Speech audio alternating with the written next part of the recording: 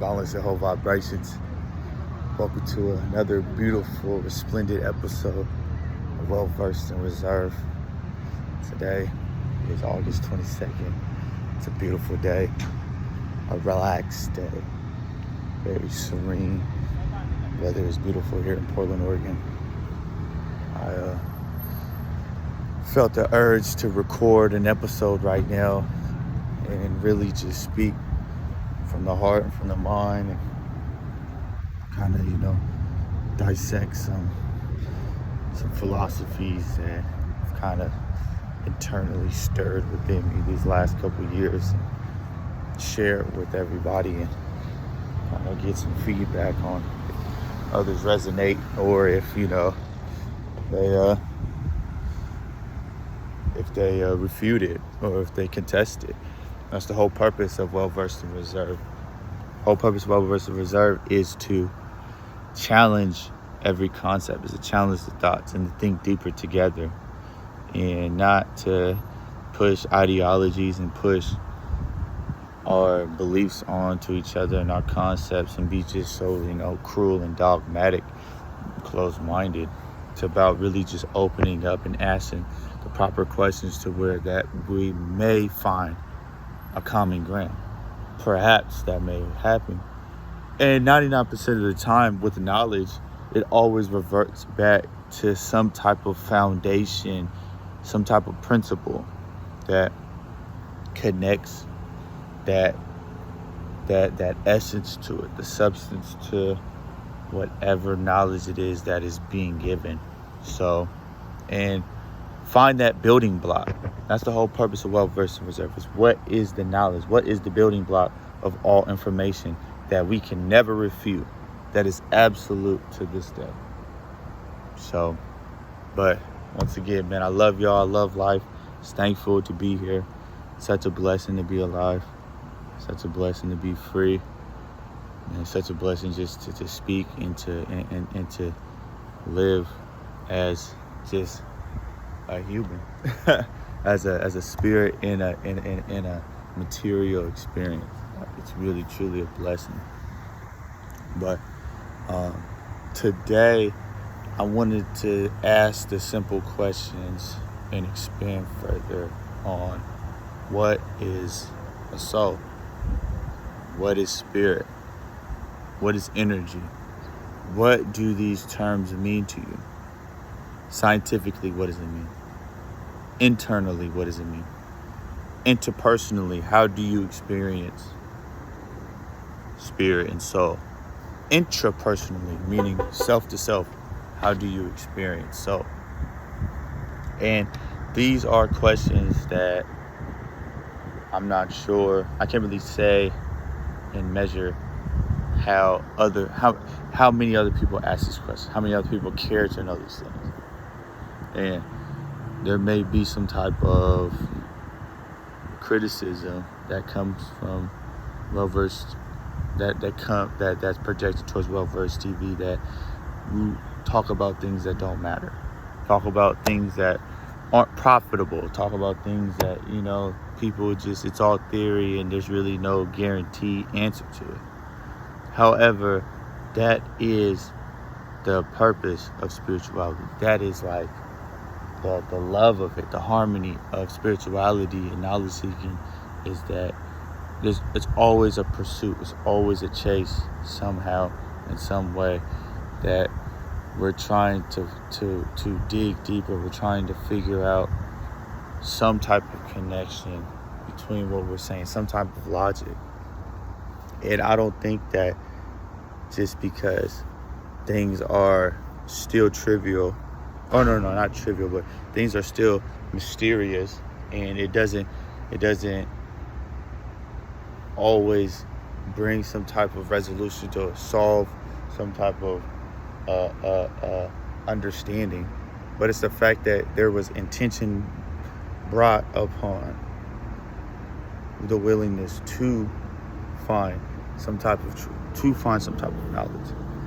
And I feel like that's what matters most in spirituality and knowledge seeking, is that it's your intention. It's that you're trying to bridge some type of understanding and wisdom, and especially, pulling things so naturally out of just thought and meditation. So we'll digress back to the subject at hand, and we'll ask, what is a soul? Now, we've spoken about soul on other episodes before, and I don't want to sound repetitious with this. However, it is a common term used in life. So he has soul. Oh, don't sell your soul. Don't bargain your soul for some type of, selfish need. But what is it? What is this phenomenon of soul? What does it truly mean to you? Now, to me, what a soul is the key essence of life. It is what constitutes existence. And for some, it's self-awareness. Just like knowledge seeking that we have, that I was speaking of, is that it may not make sense, but it gives you self-awareness. Now, that self-awareness to me is soul, having the individuality, being an entity of a subjective experience of me and you, the listener. That is a soul. That is a life.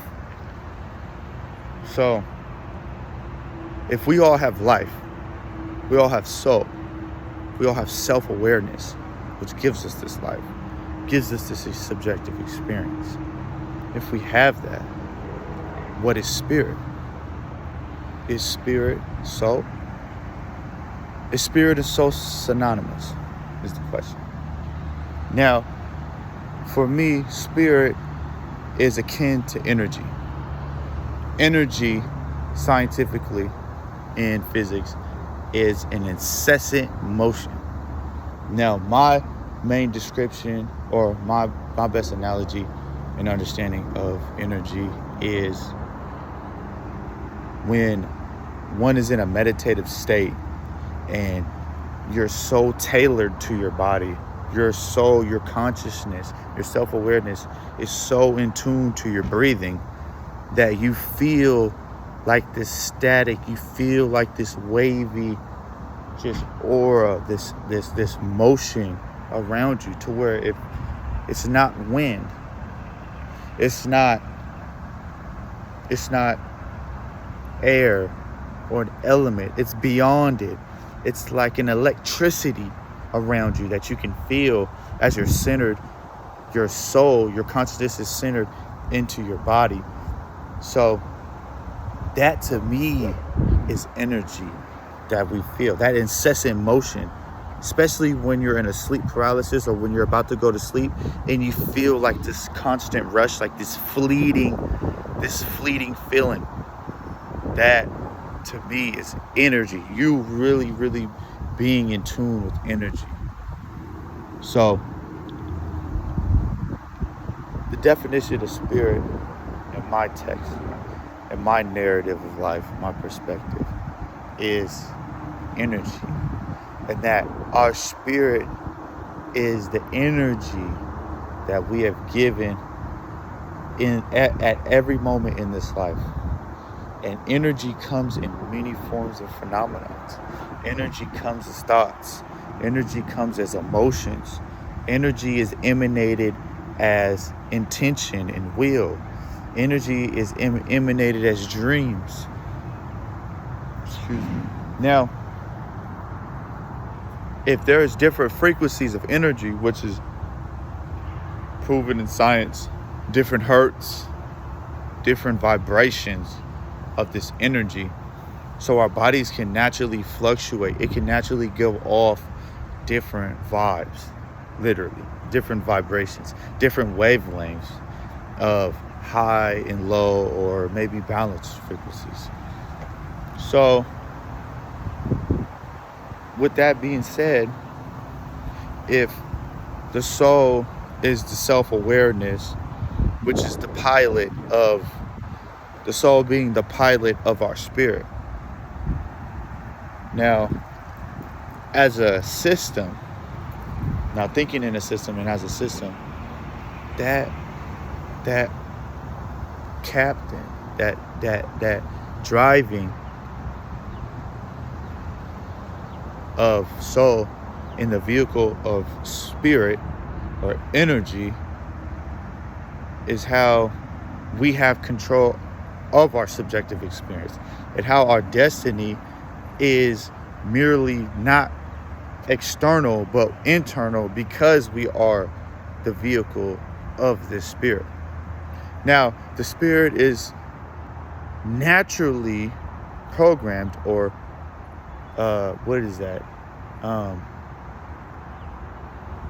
enveloped in a material body. So material body itself has its own propensities as a system. So everything has a propensity of a system. So the material body has its instinct, its survival methods, its function, its own universe of function.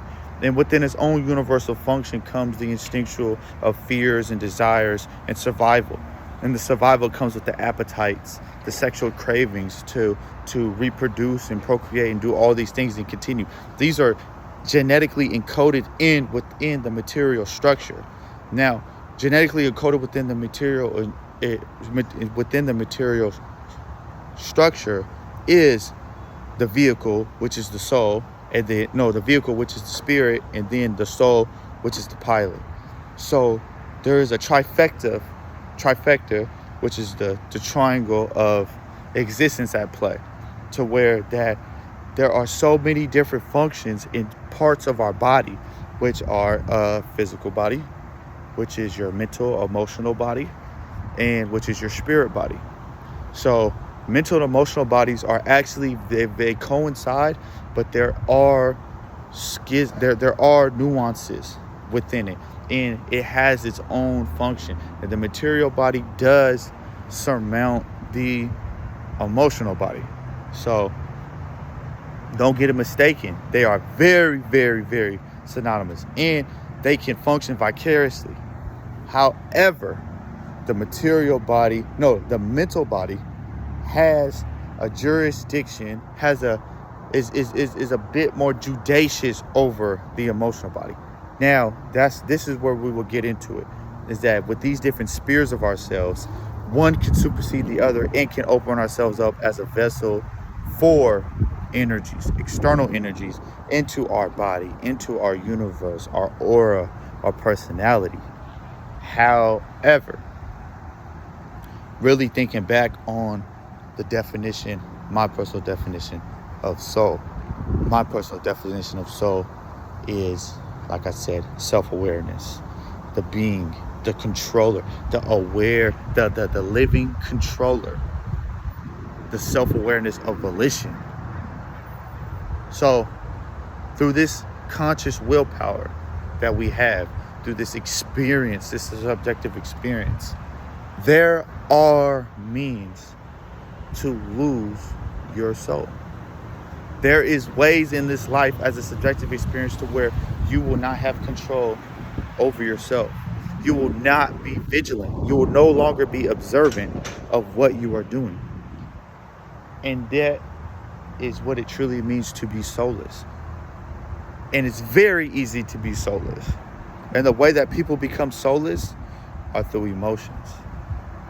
And a lot of esoterics, I truly believe this, especially through meditation and like empirically experiencing this phenomenon, is that we are not our emotions. We are not our thoughts. When you go into a meditative state and you concentrate solely on just breathing and existing, you'll realize how out of control, how elusive your thoughts are, and how elusive your emotions are, and how they're rampant and they go. It's like a radio. It just goes and it goes and it goes, and it's like a spiral, and it spirals out and it spirals out. And that itself is a testament of that there are different spheres of ourselves. But a lot of these spheres of ourselves are really not truly who we are. Who we are is the observer, is the is the conscious controller. That's who we are. And the conscious controller is what we put our concentration and what we put our observation to and put power into. That is who we truly are. Not the thoughts, not the emotions, not the trauma, not the experiences. Those are all imaginative. Those are all figments of some type of airy thing. And within esoterics, it speaks that emotions and spirits live in the fourth dimensional plane, live within the air, the astral realm, the realm of dreams, the realm of thoughts, the realm of deities, the realm of spirit gods, and everything like that. So within this astral, in this dream plane, there are the thoughts, there are the memories, there are everything that we experience as mind in this realm. Now, since it exists in the air, in the element of air, it's something that we breathe in. We inhale and exhale constantly. And it's attuned to our magnetic field, which is our aura. So naturally, our magnetic field pulls these images and these visions and these memories and these dreams and these emotions that we've naturally always put our observation into, which is still within our control, but it surrounds us naturally because it's been attracted, and it's a phenomena of magnetics. So the magnetics of what we have naturally attracted through what we have experienced in this life and believed to be us and believed to be true is really not so, because that all does not determine your soul.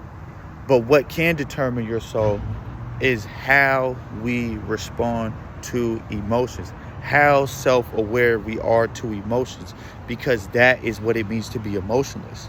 Imagine someone who goes into a rage and they black out and they wake up the next day and they don't remember what they did and they hurt somebody or they hurt themselves. They had no more self-awareness. They let emotion, a spirit, an energy control them, consume their soul, to where now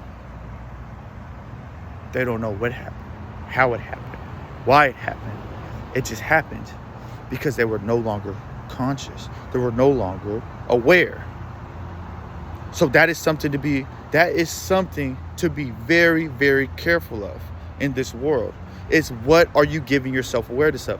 Where are you giving your soul to? Drugs and alcohol. People black out on alcohol and go off and do crazy things. People black out on drugs and go do crazy things, or say crazy things and do crazy things, or have a good trip or have a good drunk and all these things. But they're not realizing that they are literally killing their life. They're killing their soul. They're killing their awareness. And that is the vehicle of possession. That is what it truly means to be possessive. To be possessed is, what is it? How is your soul still in alignment to your control, to your volition? That is the number one question. That is the number one thing that we must think deeper on. How can I keep my self-awareness? Does my emotions overrule me to where I am no longer self-aware? Do these spirits that are contrived emotion take control of how I function as an entity? And it gets very, very treacherous when we think about these things. But we got to be careful. You have to be careful about whether or not we're giving a conscious power or giving our soul to an emotion that overrules us. And one way to always be in conscious control is to be centered with your breathing. How do you experience this element? Because the more that you inhale and the more that you exhale, you're being in sync. You're being in synchronicity with this element and its whole world. How do we breathe? How do you calculate yourself? How do you resonate? How do you relish and savor the moment? How do you capture the moment? Are you present? Are you present today here? Are you present in this moment in time? Are you ruled by some imaginative emotion, thought, theory, past, memory, trauma?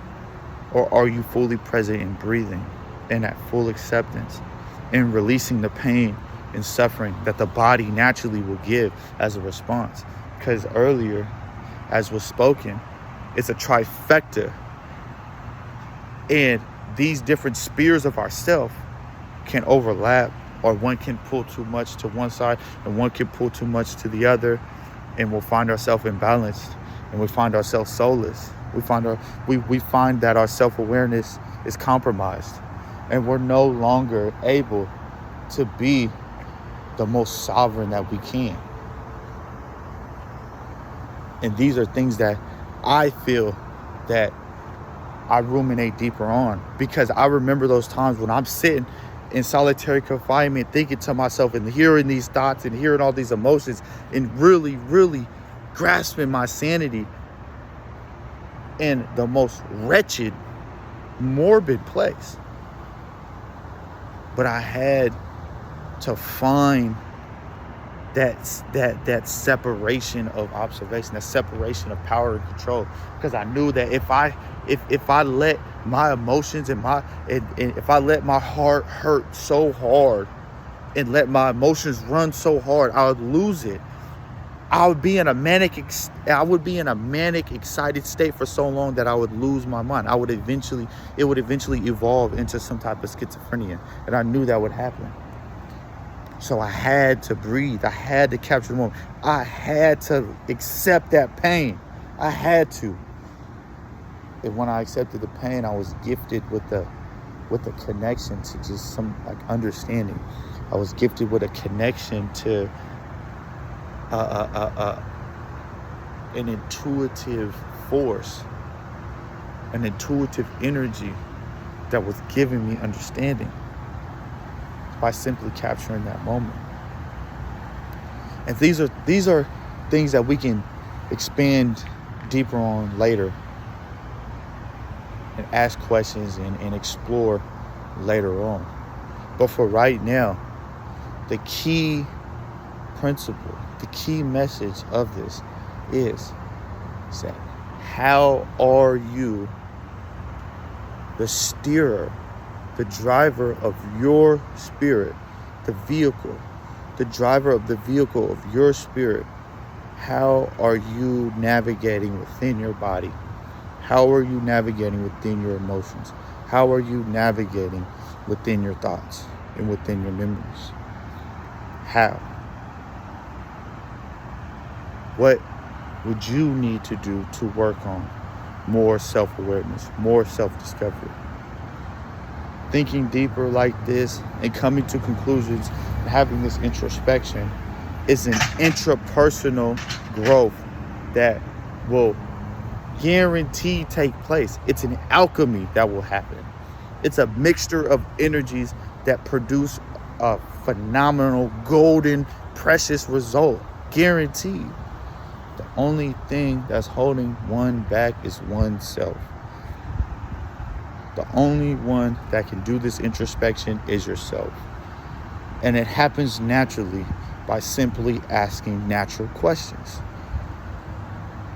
Excuse me. Don't force it. Don't worry. Don't concern. Literally be with the circumstances.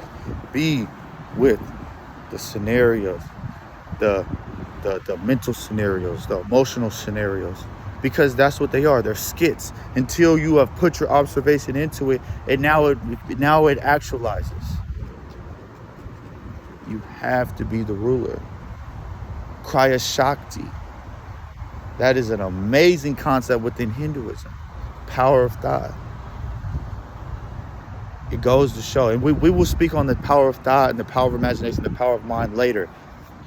But for right now, let's just settle on the concept of how much are you in control of your self-awareness. How much are you in control of your soul? Well, y'all, I'm at the DMV. I'm waiting. I had to go fix my CDL because they screwed up and put no air brakes on it when I couldn't even get the permit printed without air brakes. So, human error, human nature is at play right now, and I gotta correct it. So, I'm like number 100 and something. Last I seen it was like at 80. So it's been about 25 minutes, y'all. Man, I love y'all. It's a great day. It's a beautiful day. Summer's almost over. Seasons are gonna change, but our mind and our strength and our self-awareness will never. We grow. As things change around us, we grow.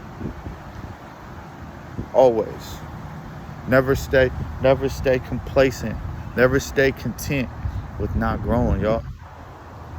It's one love, y'all. Hope y'all enjoyed this. Expanding and ask yourself internally some great questions that'll help y'all. In a minute, have a blessed day.